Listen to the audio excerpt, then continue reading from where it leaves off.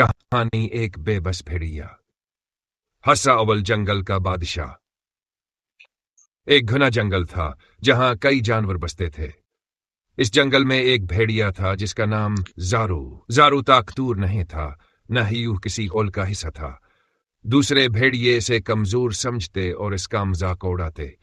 वह अकेला रहता, शिकार भी मुश्किल से करता और अक्सर भूखा रहता। ज़ारू के दिल में ख्वाहिश थी कि वह भी किसी दिन ताकतवर बने ताकि दूसरे भेड़िए इसकी इज्जत करें।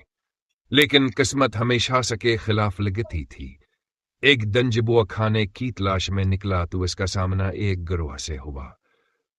यह जंगली थे जो अक्सर कमजोर जानवरों पर हमला करते थे।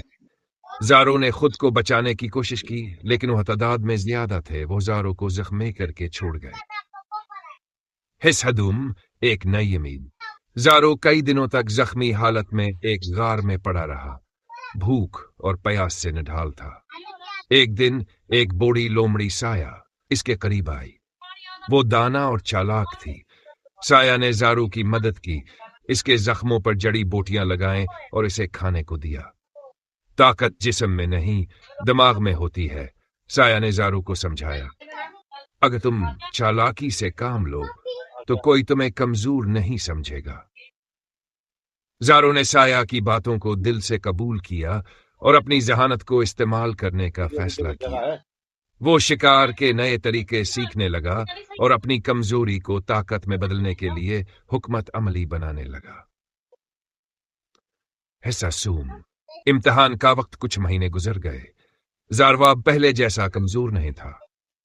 उसने शिकार के ऐसे तरीके सीख लिए थे जो दूसरे भेड़िए नहीं जानते थे।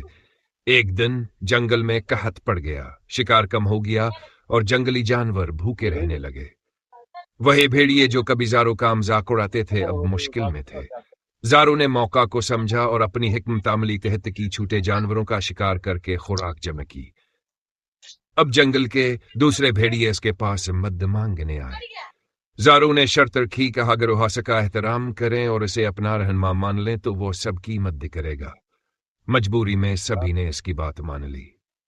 हिस्सा चारम, बेबस भेड़िया दाना रहमा।